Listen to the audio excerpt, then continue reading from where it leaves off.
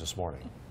That's right. We want to check in with Mary. We're talking about CrossFit, Mary. Yeah, cross training, and we have Meagan Kline here from Intermountain Medical Center with some ideas. When people cross train, I mean, some people run, and then when you do something different, there's a risk of injury, right? There is, yep. And cross training is any activity or sport or activity or exercise that is a supplement to your regular exercise. If you usually run, but you try to cycle a little bit, you're going to use different muscles. Exactly. Okay. So if you are normally using a high impact activity, you want to cross train with a low impact.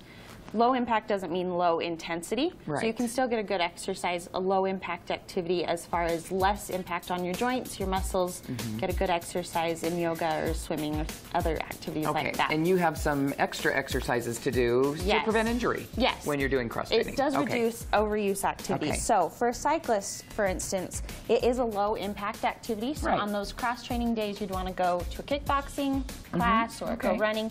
But you also want to exercise those muscles that you don't generally use. So for a cyclist, we use our quads and our hamstrings, but not generally the size of our hips. So you're going to take these TheraBands, put them under your feet, and you're just going to extend your foot straight out. And that will allow you to get those adductor muscles that are along the sides and up into your hips. Another activity is this upright row. So you're going to take your hands in the center of your body, lifting straight up with your elbows. You could do that with hand weights too. You could do that with hand weights too. Yep, all of these.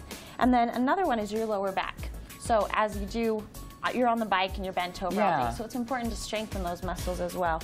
So with the TheraBand, you're going to bend straight at the hips, using the resistance to stand right back up. You can tighten that up and make it a little more difficult. You can also use hand weights with this activity as well. But make sure your back's nice and straight. Nice and straight, yeah. And then on those days you do some in-depth therapeutic stretching. That also will help promote those overuse injuries and get that total body conditioning.